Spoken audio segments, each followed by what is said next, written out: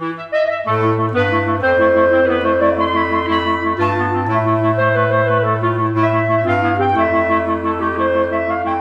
guys, what's up? Welcome to episode 7 of the Venn Pod. I'm here with Alex. Say hi, Alex. Hi. And I'm Hannah, and we are coming to you live from ICA Clarinetfest 2023. Yes. We're not actually at Clarinetfest right now. We're actually at Arizona State, and you might have known that because of this little thing in the background. We're at ASU's music building right now. We just got done doing some recording, and we thought that we would jump on here and talk with all of you. Yeah, and today we think a good topic would be kind of what it's like being a virtual duo and how we make it happen. Yeah. It's difficult being a virtual duo because we're never in the same state at the same time. And if we are, it's for literally 2 to 3 days. Yeah, we have like 72 hours to make stuff happen. And we try to do as much as we can, like filming this podcast. We try to get at least 1 recording done. This time we planned for 3 recordings and we got 4. We did a surprise one. Yeah. So it's a lot, but what would you say helps us a lot? I feel like that's one thing I'm thinking of. Yeah, and it's probably the same thing, but Alex and I are both big planners. We like to know exactly what we're gonna do, and we're very good at delegating. So I would say planning is one thing and delegating is another, but I can talk about planning and you can talk about delegating. So okay. I think that those are the 2 things that help us succeed. Would you agree? Uh-huh. Yeah.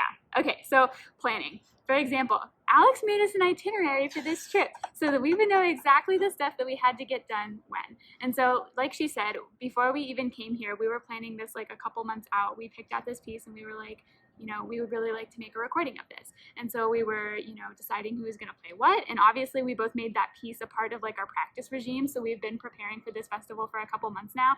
And honestly, we have had to learn it like it was a solo piece because we had to be able to plan on, getting together.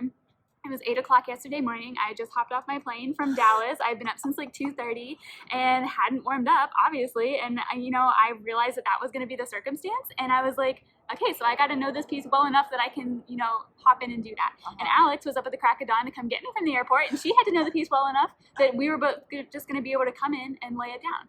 And so, that's kind of just the understanding of being a virtual duo is just making the most of the time that we do have in person to get these things done, and then being accountable to each other to have those things to a certain standard so that we can help the project succeed. Yeah, and we talked about this in our interview with Matthew. I think something that we do individually, because this piece was very difficult. We took like 5 tries, but at the end of it, I had like a realization where, you know what? Oh, let me say the disclaimer again. This table's wobbly, so if you see a wobble, and that's just us knocking it. It's gonna happen. So Try not to be distracted. Just don't be like, is there an earthquake? There's not. Okay, back to the topic. But we spoke about like how we prepare individually because this piece was difficult, like I mentioned earlier, and it's easy when you practice by yourself. It's difficult when you put it together with someone. Mm-hmm. And like I said, I was kind of like low-key annoyed that we took almost 5 tries to perfect it, but at the same time I was like, Hannah, this is the first time we're playing this piece together, and it only took, if it were the equivalent of 5 tries, which is like 2 days of rehearsal. We had 1 day to try and get a recording. Like today was okay, if we don't get it, we might get it, but thankfully we got it because we didn't have the hall space for today. So it's a lot of individual practice, a lot of taking accountability of yourself and holding the other person accountable as well. It was written, I think half an hour equals 132 or something like that, and I messaged Hannah and I said that's too fast. Like, it doesn't make sense, first of all, and it makes it a little bit harder. I think for Hannah it was a little difficult because of circular breathing to slow it down, but I was like, no, it just sounds way too fast. Like, we need to slow it down. So we came and communicated with each other ahead of time. We were like, okay, this is our max tempo. This is our performance tempo, 124. So it's little things like that that go into really executing a project successfully within 72 hours. Yeah. So, and then in regards to that, you talked about the next point, because Hannah is the organized one too. She made a whole checklist for today's podcast episode. It's responsibilities and duties. So like, this is how we plan for in-person like recordings, but it's similar things that go into account when we do a virtual one. It's like, what's the max tempo we're going to do? Like, if we're recording something, I always and will always use Mark Nellis as an example. We communicated so much on what the tempo was that we were able to do and what we were willing to do. And it's practicing with that click track once again. in person, it's a little bit more difficult because you don't have a click track in your ear. Although we really wanted to try and do it, it didn't happen. We were like, let's try earbuds. And no, because I couldn't hear her and she could hear me, but I'm just like playing blindly and like going with the flow and not listening to my partner. So in regards to virtual collaborations, we do similar things. It's kind of like, what's the tempo? Okay, let's slow it down there maybe. Okay, what's your style like? Okay, my tongue's too heavy. I need to lighten it. Warning, my eighth notes aren't even. So it's just really being able to communicate with each other, and that kind of goes into the whole responsibility thing, in my opinion. Yeah, and before we get into our responsibilities, and this kind of like leads into responsibilities, something that I really appreciate about this partnership and something that I think is really important, OMG, for all partnerships, is that we both, like our ultimate goal as Venn Duo, like both of us are coming from a place of wanting to produce the best possible artistic outcome. Mm-hmm. So like my ego is not even a part of the equation. Mm-hmm. Alex's ego is not even part of the equation. And sure, whenever we're operating from a distance, like she is always in Arizona and I am usually in Dallas or in Pennsylvania, like we are like very busy people. We have a lot going on in our lives. We're easily stressed out by stuff. And so before we get into like responsibilities, like I think something that has helped us to be successful is like having grace with each other. And that's really easy.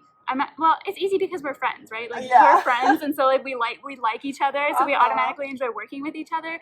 But I think that's important if you're trying to create your own group or if you're trying to create those partnerships, is like understanding that like the person you're working with is not just a machine. We aren't just like content creators. We are not just like machines that can constantly crank out this stuff. Like there are times where I'm like, I don't have time to edit this thing. And Alex is like, oh, I have a little pocket of time this day. I can do it this week. And it goes the opposite way. Whenever I know Alex is like, has like having a full plate, or when something comes up, like it's not the end of the world. Or even like when it comes to recording the audio and video for projects. Like I remember last semester was crazy for me, and from your post, crazy for you too.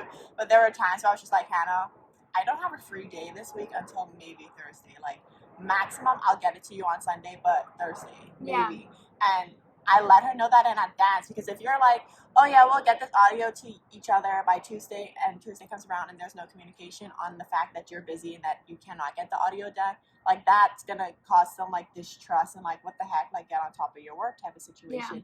But I think because we communicate that pretty clearly with each other, and we understand because we have our own priorities too. Like Venn Duo is a priority of ours, but we have several priorities. And I think we try to distribute all of our things equally to our priorities.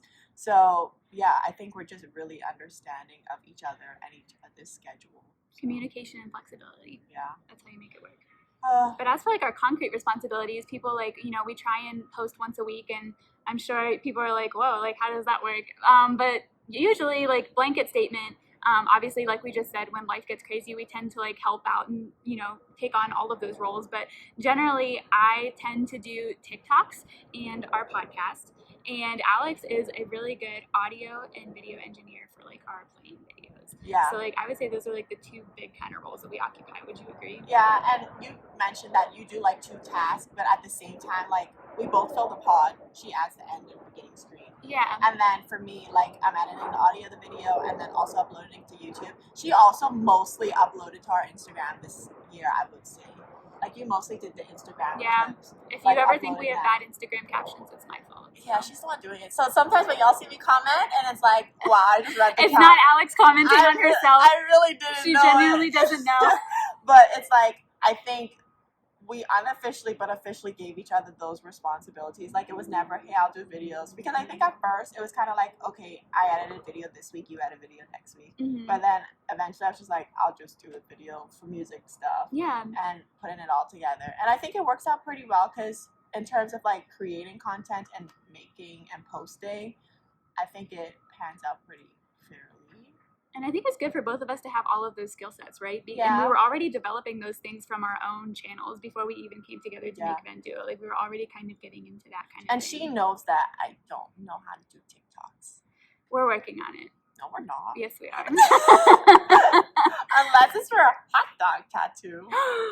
OMG, they're fading. We both have slept and showered. We need so another one. But yeah, so I think that is the big thing on like how we split responsibilities. And you need someone who's willing to share that workload with you. Mm-hmm. Like if you're planning to create a duo or a trio or a group or ensemble of your own is like you need to make sure it's as even as possible because you don't want one person feeling like they're holding this duo together. Yeah. And then in terms of repertoire, we got asked a lot. I feel like how do you find the repertoire? It's hard, y'all. It's hard, but like it's not the end of the world for us. I think we both are on social media enough that we come across works where a lot of the time I will say I just randomly send Hannah links to things and I'm like, I like this for a Venn project. Alex has such a nose for sniffing out great I just new send rep. things.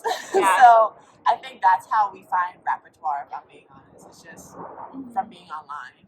And like it's definitely a struggle. Like there's not just like repertoire for duo clarinets like Mhm. falling off the trees like apples. Like we definitely have to hunt for them.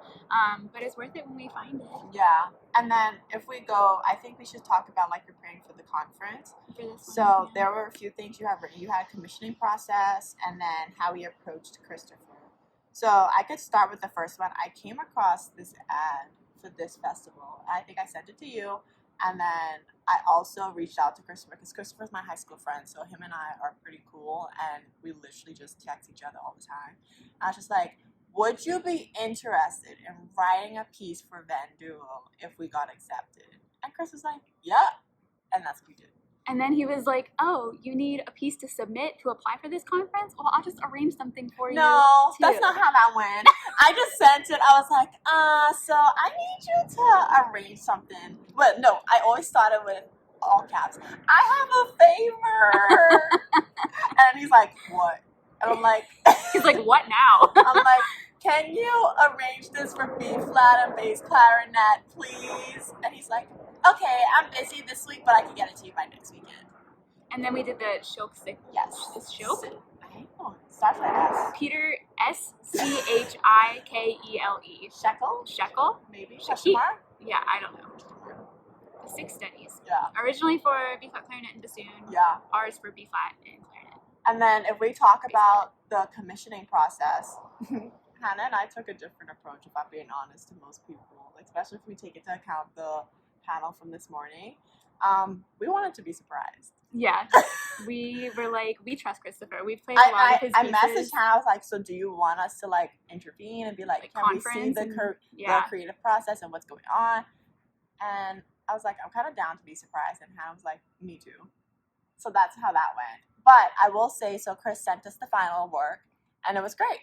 But there were some comments that I had. So I did send that Chris's way and we did collaborate, all three of us, but like through me, like Hannah didn't meet me to Chris. I've never met Chris. I really want to meet Chris. He seems really cool. But Alex knows Chris better than me. We'll make it happen. Haven't gotten the invite to the Bahamas yet. But what had happened was there was something that I really wanted to edit in it that I just wasn't like sold on. So I reached out to Chris and I was like, so about this part, if you're open to some constructive feedback and my thoughts, let me know. And he was like, yeah. And I sent it his way. I was obviously communicating with Hannah. Hannah has all the screenshots of the communications I have with Chris because she needs to be in the know as well. And whenever she had some input, I sent that his way as well.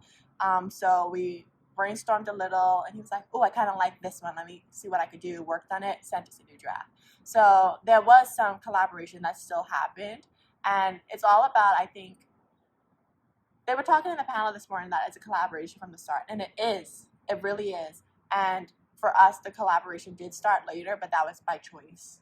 That wasn't the composer was being like stubborn and didn't want to communicate with us and vice versa. We chose to like stay out of it. We just wanted to see what Chris would come up with because we know Chris's style, video game music. And that's what Chris gave us. But when we did have comments, it's important to remember to be respectful and to give, like, I don't know, give suggestions. Like, you can't just be like, I don't like this. What don't you like about it? Yeah, that's not really And valid. I think Chris actually, like, replied, like, as I was still typing my response, I was like, so about the opening. And then he was like, what about it? And I sent my thoughts, and I said, I think it would be better if we had this, maybe that. And Hannah said, what about this? And we gave him suggestions on what we would have personally preferred as the performer. And Chris took it really well, and I'm glad like he wasn't offended or anything, but that's where the collaboration comes in with the composer, because that needs to happen. If things aren't, thankfully Chris writes really well for the clarinets and nothing was like uncomfortable and like playing wise, but that is something you also would need to talk about if that were to happen. Yeah, we were communicative and flexible from both sides, Mhm. and that's why it worked. And something else I will say, we were talking, so there was a panel this morning at the conference, and they were talking about, commissioning new works, and they, like Alex said, referred to it as a collaboration from step one, which I would agree with, asterisks, because obviously that wasn't totally our story, Mhm. but Venn Duo is not an established organization with big funds to kind of bring those commissions Mhm. about. And so I think that if you are throwing serious money at your composer, then Mhm. maybe that's more important that you are a collaborator from the beginning, because if you're investing in this person and in this new work of art, you want to make sure it's something that is, the best fit for the artistic canon Mhm. of the instrument. Yeah. But since Chris is a friend and a colleague, since we already know what Chris's writing is like, since we trust him and we know him as a person, it was kind of fun for us to be able to open up that little Christmas present of a new piece and get it prepared for And this. if we're being honest, this was the first time that Chris hadn't just sent us something and be like, I have a piece for Ben. This was the first time we asked. Usually, and this is just how our friendship is with Chris. Chris would send me a WhatsApp, because that's how we communicate in the Bahamas. He'd be like, so I got a duet for Ben, maybe a quartet. You want to play it? I'm like, yeah. Yeah, we'll play it. And this is the first time where Chris hadn't had a piece written out, because Chris just be writing and then sends it our way. We're like, okay, fine, records it, done. But this was the first time we had the opportunity to just sit back and learn it. I will say, this is the one downside of being a virtual duo and both having single body bass clarinets. Alex and I both have, so we are attending the Low Bass Clarinet Conference. First of all, the artistic committee performed last night. It was really, really wonderful. It was an amazing concert.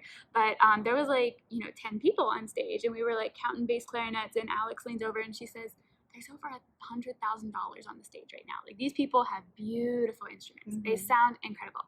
And here we are attending the Low Bass Clarinet Conference on our single-bodied plastic student model clarinets that get the job done for a virtual collab. Yes. No shame in that. But we felt kind of silly rolling up to the International Clarinet Low Bass Association no bass in hand, with crappy basses. But luckily, shout out to my very good friend, Anthony Orr at UNT. Go follow him at Anthony Oreo. He's amazing. Thank you, Anthony. Anthony was so kind to lend me his very beautiful buffet bass clarinet with a yummy low C. And so I'm not the shame of the conference anymore. Whew. But it was really stressful because that didn't come through. I didn't get to talk with Anthony about that until a couple days before I was leaving for home for the holidays. And so that was really... that was kind of stressful logistically for us, trying to figure out, who's going to play bass clarinet and how are we going to get the bass clarinet in our janky cases to here. And then finally, Anthony saved the day and was like, take mine. And so now I have a nice traveling case and everything is fine. And if we're being honest, that is the one time we did have to pressure Chris, because Chris was still in the process of writing the music. Yeah. But I had to ask Chris for a draft of what they had already, just to see what's going on, because I was going to the Bahamas for an entire month. I could not travel with my single body bass. The flights are very strict. If they see a tall case, they're not letting me put that on the overhead, even if it could fit. It's not happening.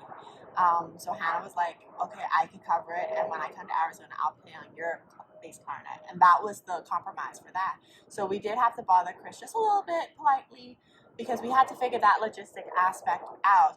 And another thing is that none of us practiced over the Christmas break. Yeah, I because didn't none bring of my us bass could travel yeah. with the bass clarinet. So she had a few days in Dallas, I would say, where you had time to practice.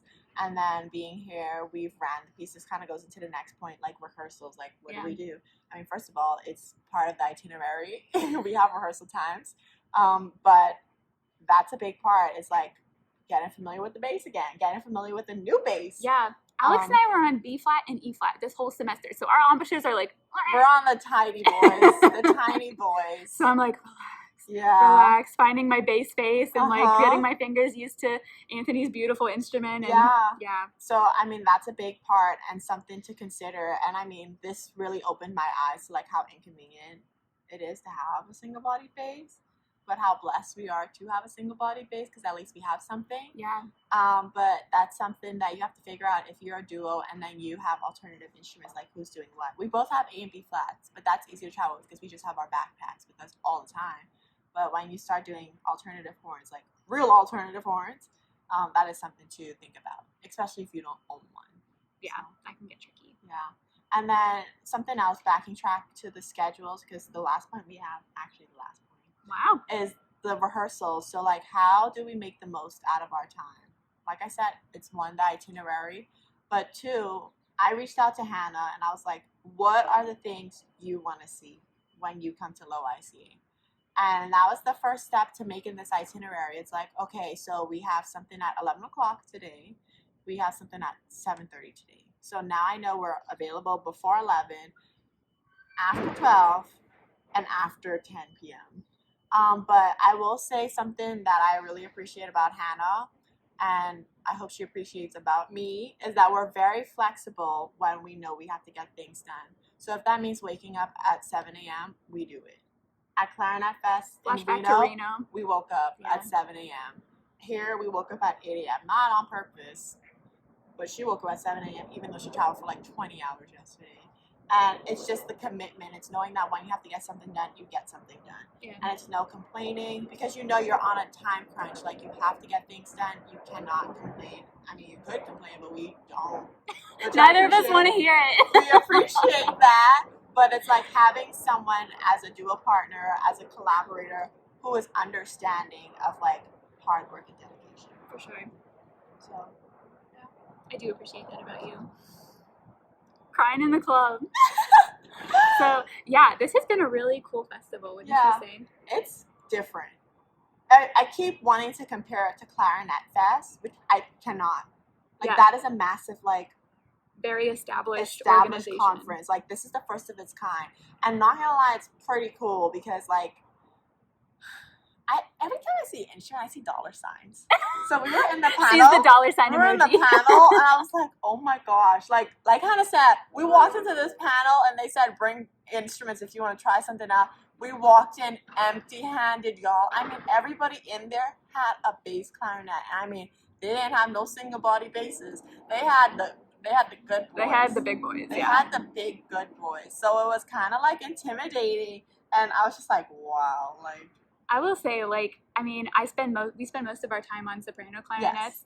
but bottom dwellers are a different kind of, pardon my French, badass. Like, there is some seriously badass playing at this conference. It's so cool. And if you didn't come this year, I would definitely encourage you to come next year because, I mean, even if you are not playing bass clarinet normally in your ensembles, it is such a great skill to have because a lot of new music is being written for bass clarinet. Extended techniques, which was the entire panel that we saw this morning, those are really, really popular on bass clarinet because they're just so amplified and pronounced. So like the sooner you can dig into your low bass clarinet heart and like start making that a skill that you have, the better. Like it's definitely. Yeah. And then also I will say that it's becoming normal to play the bass clarinet or being a doubler of sorts. Yeah. Like being a B flat player, obviously with A clarinet, E flat, or with bass.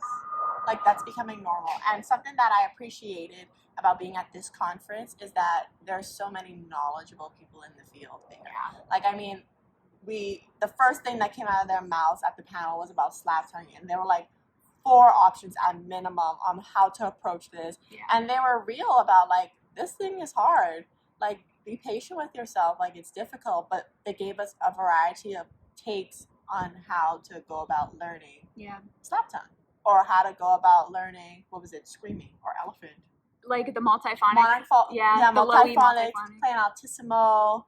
It was just a wide variety of things, and I really appreciate that because I think that's one thing that was different here versus Clarinetfest. I mean, maybe it happened, but Hannah and I didn't. There's so much to do at Clarinetfest. That's the thing. This is like the best way to get the most readily available information about this specific thing. It was like a seminar, but like when you go to Clarinetfest, yes, it's a seminar for some things. Like they teach you individual, like here's a slap tongue session, here's a multiphonic session, but to have it all in one place and like the best clarinet, like bass clarinet people like in the country / the world, like, and like we said, it's a panel. Explaining. They were all just speaking and doing input, and it was like a communication between the crowd and them. So and it really like sparked my desire to be better or to be more regular on the bass clarinet, because like last night in concert we saw Squonk, which was, if you guys haven't seen Squonk, go look up their recording of Mark Mellett's Black.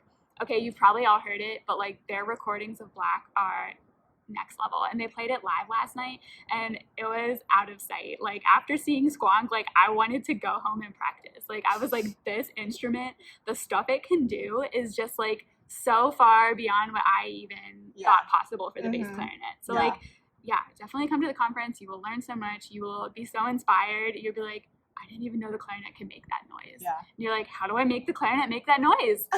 And then it's like this like awesome journey that you get started on of just like figuring things out and discovering. So can't recommend it enough. Yeah, I think overall it's been a good experience, a new experience. And we've seen some familiar faces, some new faces, and overall just good. Yeah, for sure. So 10 out of 10 come next year. And 20 out of 10 go to Clarinet Fest. Oh my gosh, we'll see you in Colorado. Denver, right? Denver, Colorado.